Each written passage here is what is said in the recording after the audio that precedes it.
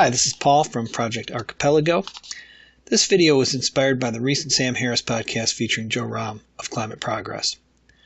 Now, I'm a big fan of Sam Harris and his podcast, and I've long hoped that he was going to get into this topic of climate change, which he often mentions in his podcast generally, and clearly he accepts the conventional wisdom that climate action is necessary. Now, I've spent a lot of time learning about climate change and a lot of time evaluating the claims and arguments of skeptics, or those labeled deniers by Romm and others.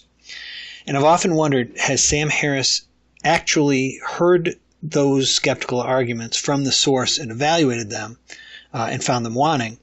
Or is it possible that he simply accepts the conventional wisdom and has not evaluated those skeptical arguments in any detail at all? Well, this podcast seemed to provide the answer, and it seems to be the second one. So I need to say at the outset that I am not fully convinced by the skeptical arguments, nor am I fully convinced by the conventional wisdom. I'm skeptical by nature, so I've taken the time to listen to multiple sides. And there are multiple sides on this matter. There are, I'm convinced of this, credible skeptics of the conventional wisdom on climate change, and no, they're not unqualified hacks with political agendas, nor shills for big oil, and no, they are not part of a 3% minority. In fact, they fall squarely within the often quoted 97%. Well, how can that be? Well, stand by, because I'm going to explain it. Now, the reason I'm confident that Sam Harris hasn't examined the arguments of these skeptics with an open mind is twofold. One, Sam has demonstrated again and again a willingness to engage and consider points of view that are outside of the conventional wisdom without regard for political correctness. So I know he knows how to do that, and I feel that he's demonstrated a certain amount of integrity with that track record. Second, Sam promotes a procedure called steelmanning when arguing against someone. This is the opposite of strawmanning, which is where you present a distorted and weak representation of your opponent's argument and then knock it down and claim victory. Steelmanning is the idea that you present the strongest, most accurate representation of your opponent's argument before engaging it. As Sam says, the test of this is that you can state your opponent's argument in such a way that your opponent themselves would say, yeah, that's right. So knowing those two things about Sam Harris and then listening to the Romm podcast, knowing as I do the arguments of the most credible skeptics, it was absolutely clear to me that something was wrong. In no way, shape, or form were any of the important objections to climate action described in a way that real skeptics would recognize or agree with. It was exactly the opposite. It was the death of 1,000 straw men. It was a straw man massacre. Just hay and tears everywhere. Now, I said before that I'm not convinced for nor against climate action at this point in time. But I can say that my skepticism is not reduced in any way by this kind of presentation given on this podcast. I've always thought the best way to evaluate arguments among experts on complex topics was to listen carefully to what each side said about the arguments made by the other. The tendency to caricature the other side in full-on strawman style is always a red flag to me. And I'm not going to weigh in on whether or not Romm does that on purpose in this podcast, but it is sure as hell what he does. Look, anyone can easily be fooled by a clever person who knows more about a subject than they do. If a plumber tries to convince me that the only way to fix the problem with my sink is to replace every pipe from the sink to the sewer, I would be skeptical. Now, if he told me he knows the local city inspector and the way the inspector interprets the building code, and that this work is going to require inspection, and that code is 3 volumes thick, and that the inspector has a bias against a particular material I'm using, or all kinds of things along those lines, he could easily make a case that I am in no position to assail. Whether he thinks he's right or not, regardless of his motive, I don't have the knowledge necessary to contradict him on the facts. He simply knows more about the plumbing code and the local inspector than I ever will. But if I call a second plumber, who says the first one's full of crap, suddenly I'm in a position to start evaluating things. I can lay out the first plumber's argument and see where the second guy calls BS. Maybe the first guy's right about the code and right about the inspector, but he's wrong about the materials. Once I've narrowed down the places where they disagree, it gives me something to focus on, something to research further, maybe call in more specialized expertise. Now, that may be a strange example, but the point is that disagreeing experts are a smart skeptic's friend. And at least in my experience, you can begin to tell a lot about how strong an argument is and how confident the proponent is based on how willing they are to take fully on board and fully address the arguments of another expert.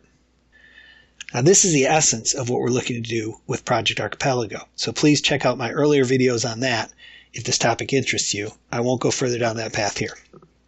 So this is my big problem with the climate change subject.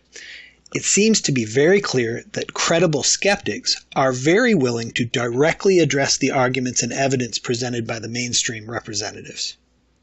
But the reverse is simply not the case. So some of you are thinking, well, of course, you could spend your whole life answering crazy objections from crazy skeptics, and if you engage in that, it'll never end. So there comes a time when you have to ignore the fringe minority and stop giving them any platform or recognition because they don't deserve it.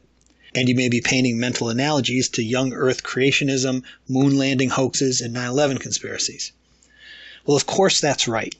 If my crazy uncle, who thinks he's a plumber, has some crazy ideas about how I need to fix my sink problem, and he's constantly raising new and bizarre issues that are easily dismissed by the real plumbers, well, I would tune him out after a while. So what does it really come down to? It comes down to who has a credible voice and whether or not they have consistent, rational arguments. Well, if you listened to the Harris Romm discussion and didn't know better, you'd get the idea that there are no credible voices countering the mainstream on climate action, and that there are no consistent, rational arguments against climate action. Harris at one point. You can always find a few PhDs who will attest to any crazy thing. I mean, this is what Big Tobacco did. This is what the 9/11 truth cult does. I mean, you can find somebody in some relevant field. You can find paleontologists who are, in fact, fundamentalist Christians who just got their degrees in paleontology to prove the veracity of Genesis. There are scientists or people who are scientists on paper who are fundamentally committed to some kind of ideological advocacy and don't have a scientific bone in their body when you actually drill down on how they're thinking about reality. Well, with that in mind, let me introduce a few people to you. And again, these are not 3%ers. These are part of the 97%, and I promise I'll explain that in a bit. Not all of them are scientists in a climate-related field, although most of them are, but all of them are, I strongly assert, rational people who have a deep expertise in the subject matter and raise consistent, logical, reasonable objections to climate action that are worth engaging. Now, before I even start, I can already hear the ad hominems. Unfortunately, in every case here, there has without a doubt been a concerted campaign to undermine these people's credibility and question their motives, their credentials, etc. But when you read these things, I encourage you to consider how Sam Harris himself has been portrayed by those that find his politics and his conclusions threatening on different issues. Or consider the recent podcast, if you're a fan of the podcast, that Sam had with Charles Murray, where Sam clearly stated that he himself had painted a false and unfair picture of Charles Murray specifically because he had accepted the mischaracterization of Murray and his arguments by Murray's critics, both scientific and ideological. So look, one thing everyone in Harris's audience should agree on is that ad hominems are fallacious. Again, some advocates do disqualify themselves with inconsistency and poor logic, etc. But when one side puts so much effort into discrediting clearly credible people while refusing to really engage their reasonable arguments in any way, shape, or form, well, that is a big red flag.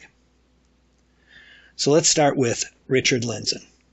He is Emeritus Professor of Meteorology at MIT, where he was the Alfred P. Sloan Professor beginning in 1983.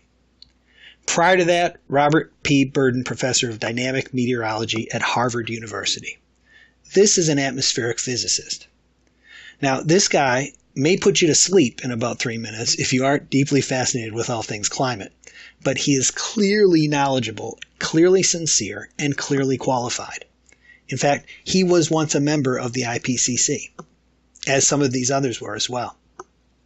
Judith Curry.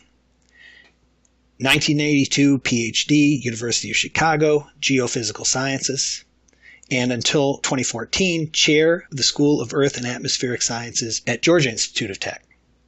Now, Judith Curry was a scientist in good standing with the climate action crowd, having published, it looks like, around 100 papers in refereed publications, the right refereed publications. I'll link her CV in the notes. But look, this is a climate scientist if anyone has ever been a climate scientist. And I'll link a short video in the notes too, an interview with her. And I really just challenge anyone to listen to that short interview and tell me that this does not appear to be a person of integrity. But as she says in the interview, she began to express concerns that the uncertainties in climate forecasting were not being accurately expressed. And wham, she's labeled a denier and she's exiled from the scientific discussion. Roy Spencer and John Christy. I'll put these guys together because together they won NASA's Exceptional Scientific Achievement Medal for their global temperature monitoring work with satellites. Yes, these are the guys that provide us with the satellite temperature record. Spencer, PhD in meteorology, University of Wisconsin-Madison. He works for NASA. All his work is supported by government agencies, NASA, NOAA, Department of Energy. This is the real deal.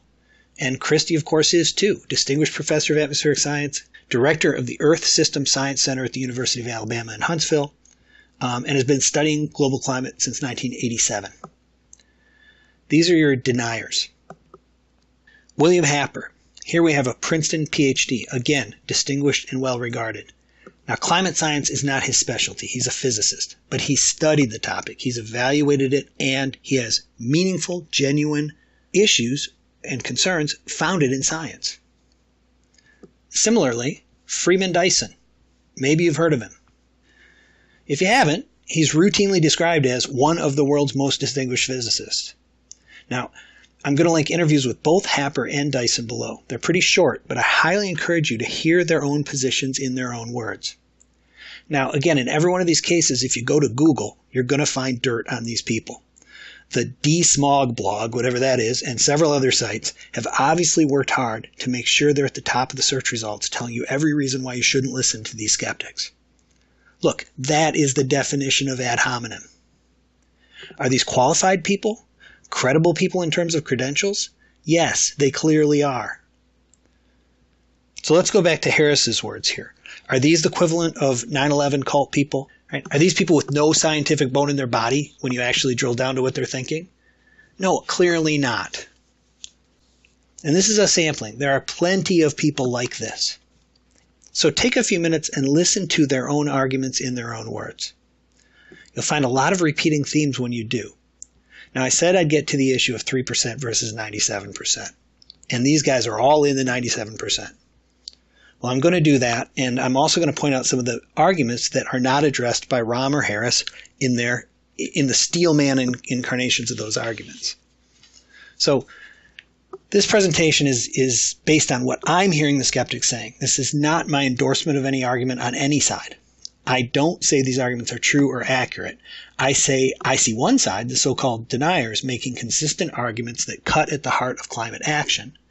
And I see the other side completely ignoring these arguments or strawmanning them. I just want the real rebuttal, the steelman rebuttal. So I'm going to set this up in the context of climate policy. We often hear this person doesn't believe in climate change or whatever, but what matters, politically anyway, is whether or not we support climate policy. And if you don't support, let's just call it policy X, then you're a denier, right? So as my way to present what I'm hearing from the skeptics, I've created kind of a series of steps representing what you need to accept in order to support policy X. Could be subsidies for renewables, could be cap and trade, could be signing on to the Paris Agreement, whatever it is. So starting with the basics, you have to accept that the Earth has been warming recently. So what does that mean? It means that global average temperature has been on a warming trend over the past few decades. Well, that alone isn't too surprising because it's either warming or cooling at any given point in time, pretty much on any time scale. But we're just getting started here with the basics. Next, you have to accept that man-made CO2 contributes to that warming.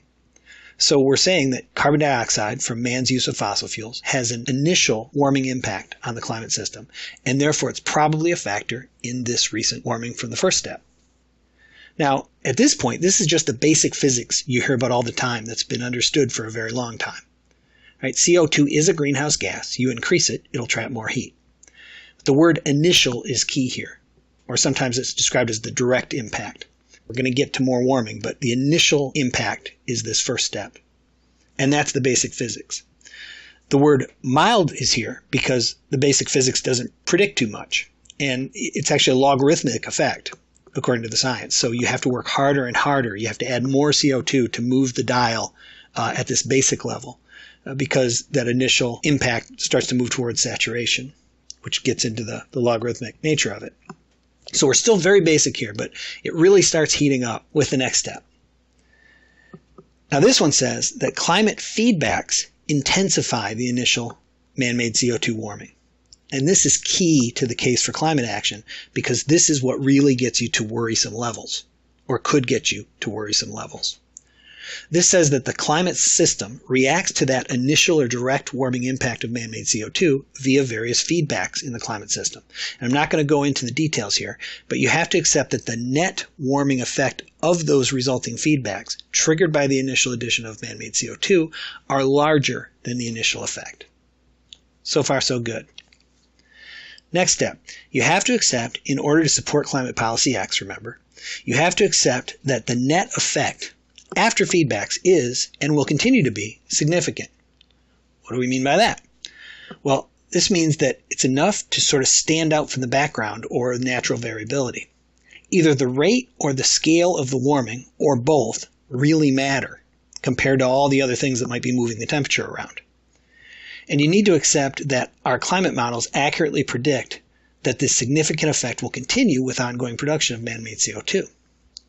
So now we not only have warming from the step below, we have warming that matters, and we can predict that it will continue to matter. It's measurable or detectable above the noise. It takes you outside what nature would have done in some significant way. Okay, building on that, you have to accept that there will be significant negative impacts from that warming. And that means negative impacts to human well-being, or maybe to the well-being of the planet as a whole, through such things as extreme weather, sea level rise, crop yields, human conflict, species impacts, etc., etc., etc. So here basically is the parade of terribles that Romm spent 80% of the Harris interview laying out in detail. You have to accept that those are indeed the effect of the warming, and you have to accept that you can accurately predict that those effects will continue or intensify. Right? Because if there's not significant harm, there'd be no need for action. Going further, you have to accept that these negative impacts outweigh any positive impacts. Now, positive impacts aren't talked about very much, but many on the skeptical side point out that man-made CO2 increases in the atmosphere may be beneficial in some ways. For example, the same warming that causes problems may actually cause some benefits. I mean, it can't all be bad, right?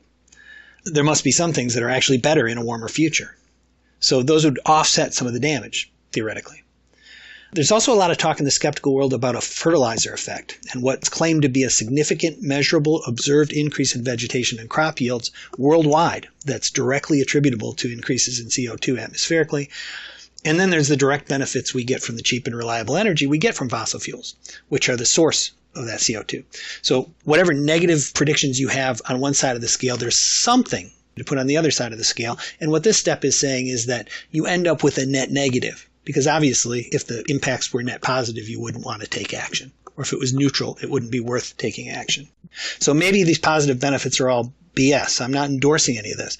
I'm just saying that if you want to support climate policy X, generally, it's because you see the future warming built up from these steps so far, and you see that warming as having net negative impacts. Now, you also have to accept, when it comes to most policies at least, this next step, which is that alternative energy is feasible and workable. That these technologies are well within our reach and make it feasible to greatly reduce or even eliminate fossil fuel use without offsetting negative impacts to man or the planet as a whole.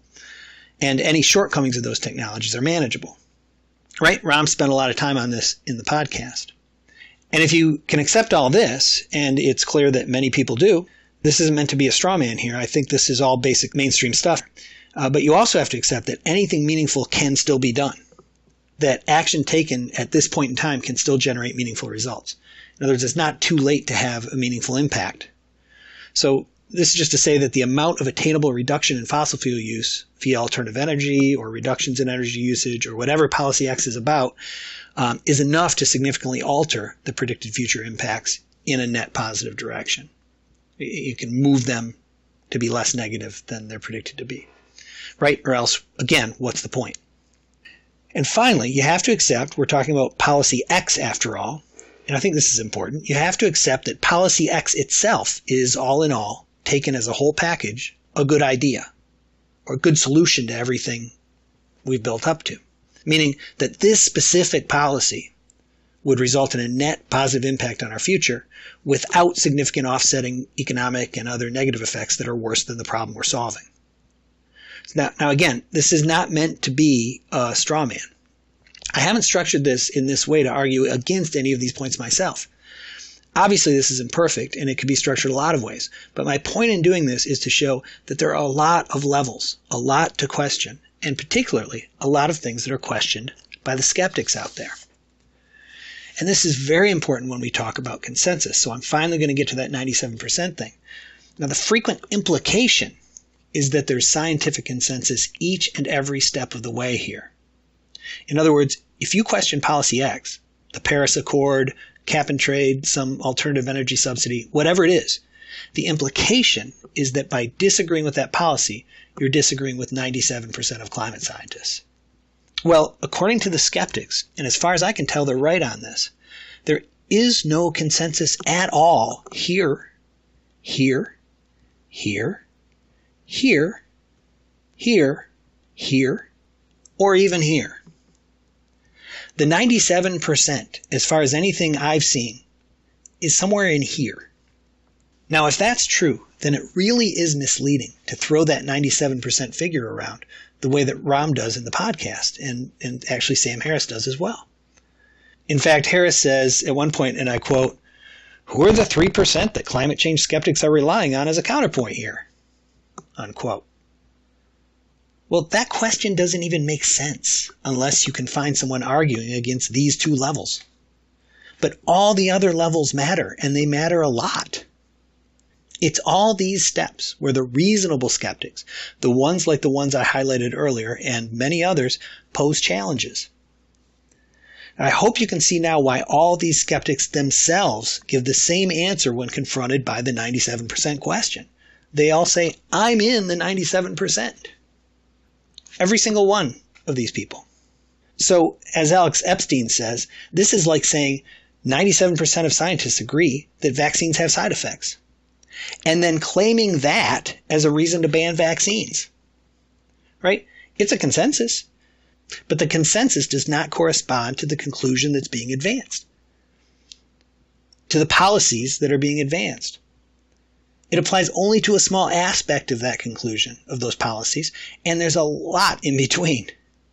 So there is no debate that CO2 causes warming and is therefore a factor in recent warming. There is plenty of debate, from what I understand, on how much warming, how fast it's happening, what the consequences are, what the associated harms and benefits are, what alternatives are feasible, whether meaningful action is even possible at this point, and whether or not such action is the best use of available resources. Right? To imply that the debate is over when it comes to all that is just a giant misdirect. Yes, the settled science is settled science, but that's just the basic physics.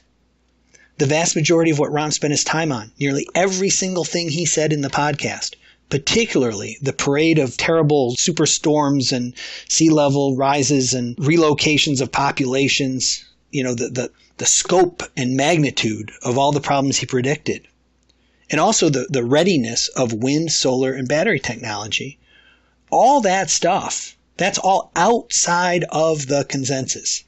It literally has absolutely, positively nothing whatsoever to do with that 97% figure. So I just want to run through the rest of these real quick to point out some of the things you hear from those who certainly seem like legitimate skeptics. These first two levels are extremely important. This is where you go from the basic settled physics to significant warming. The premise here is that we understand and can predict how the climate system reacts to that initial basic physics fully understood CO2 push. Now, skeptics say that this relies on feedback theories that are speculated, not demonstrated. It assumes that we have a handle on all the variables and factors that play into how our temperature is determined. And skeptics say that this is far too complicated for us to properly understand in the face of that complexity, with tons of factors far more powerful than CO2 in play. It's not possible to isolate the CO2 increases and say that they have that much impact. And that brings us to the models. The skeptics claim that all the predictions of the major problems, all of the terrible, harmful stuff, are based on climate models. but that those climate models are highly unreliable, that they've consistently predicted more warming than has actually occurred. Now, Romm flatly contradicted that. He actually stated in the podcast, stated the exact opposite. But he didn't provide any evidence for his contradictory statements, and he didn't engage any of the serious criticisms. In fact, there is an almost comical stretch in the podcast where Joe Romm talked about strawmen. When he was asked to address the models, he attacked the flimsiest imaginable strawman. He basically implied that critics think generally that scientific models have no value. But I'm pretty sure Richard Lindzen, William Happer, and Freeman Dyson aren't questioning whether or not models are ever useful. What I hear these scientists saying, and you will too if you listen to them, is something like this. In order to model something accurately, you have to understand, at least at a basic level, the way it actually works. And in order for a model to be reliable, it has to take all key factors into consideration, and it has to operate at a meaningful resolution. And a complex model's ability to match the past is not evidence of being a reliable model. Now, those are all real arguments, leaving out all the details, but no attempt whatsoever is made to steelman any of those arguments.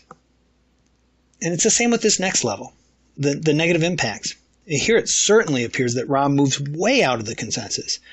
Is there a scientific consensus for all the doom and gloom that was described in that podcast that we're going to see by the end of the century if we don't act? The way it was described? Is there a 97% consensus on any of that? I don't think so. I'm sure there isn't, actually. And man, is that ever important, right? So we need to engage real skepticism on those real issues. And there are many more skeptics that come into play when we start talking about negative impacts. And there are many that argue that warming will not increase, but actually decrease dangerous weather in several categories. And those that claim that the negative impacts are real, but far more manageable than Romm describes. And the same is true with the rest of this, the renewable energy, the whether or not it's too late to act, and the economic pros and cons of any given policy. There are lots of valid arguments, at least seemingly consistent, credible arguments from credible sources, and they should be engaged. Again, I'm not here to say that these points are wrong or right on either side. I'm just saying you can't ignore scientific challenges and yell consensus, especially where there is no consensus. And to try to cover all this stuff with a consensus that exists only on the most basic stuff really seems dishonest. Now again, the best test of an argument from an expert is how they withstand challenges from other experts. Real debate and engagement is the best tool that us non-experts have. Look, I don't love the idea that we're wrecking our planet. I have kids, and I hope to have grandkids. I also don't want to support policies that needlessly slow development or hurt poor people. But I want to make my decisions based on a real evaluation of all sides. And most importantly, I want to hear what each side has to say about the credible arguments coming from other sides and other perspectives on the issue. When one side tries to paint anyone who disagrees as crazy or a shill, even when they themselves are making statements outside the scientific mainstream, as Romm seems to do with his most dire predictions, that definitely sets off my BS detector. If you're on solid ground, there's no need for deception. There's no need for the kind of ad hominem in which Romm engaged with respect to real scientists with real scientific arguments. There's no need to construct the facade of a meaningful consensus out of a real but meaningless one. Now, I sincerely hope that Sam Harris will consider engaging in his trademark honest dialogue with any one of the scientists that I mentioned here, or one or more of the many commentators that are well informed on this topic, but come from another perspective. Those would include Bjorn Lomborg, who you would describe as a lukewarmer. He's a guy that feels that climate change is a concern, but he makes the argument that resources spent on it are better spent elsewhere. Patrick Moore. He's one of the founders of Greenpeace, who seems to have a great command of all this stuff, and he's very engaging, make an awesome guest. Matt Ridley is fantastic. I mean, Google anything by that guy. Same with Alex Epstein, who comes from a full-on pro-fossil fuel perspective, and he backs it up with a philosophical framework and solid arguments based on evidence, a long-form interview Harris style, normal Sam Harris style with any of these guys would be absolutely fantastic. I don't know if these people are right in their skepticism, but I know from observation that they will address the arguments of someone like Romm and anyone else from the mainstream in a straightforward manner, because I've listened to them do it. They don't seem to play games, and they don't engage in a lot of straw men. Now, are there blowhards and fools on the skeptic side? Absolutely. I beg you to avoid Mark Morano and Lord Christopher Monckton, for example. Now, are these guys' arguments bad? I don't know, but their presentation is so littered with their own ad hominems against their opponents and so rich with political rhetoric that they set off my BS detector every bit as much as Joe Romm does. I'm going to say this one more time. I'm not an expert, and I will never be. But if you want me on your side, and I think this applies to a lot of people, you need to engage the real arguments. So, Sam Harris, if by any chance you ever hear this, let me appeal to you directly. It seems like you did this show because you really wanted to address the issue. Now, that was a fail, unfortunately, because it was a show short on real argument and long on straw men. I mean, there were straw men slain by the dozen, but not a single steelman engaged. The show did not live up to your own ideals. So please do this topic real justice by engaging one of the folks I've suggested here in your characteristic, honest, and rational manner. Now, if you're not Sam Harris and you agree with this, we'll tweet it at him or whatever. And whoever you are, if you agree with me that real, direct, honest engagement is the best antidote to bad arguments, then come and check out what we're trying to do at Project Archipelago. We're just getting started, but we could really use your support at projectarchi.com, projectarchi.com, and we'd love your feedback there. All right, thanks for listening. Please like, subscribe, and share. Have a good day.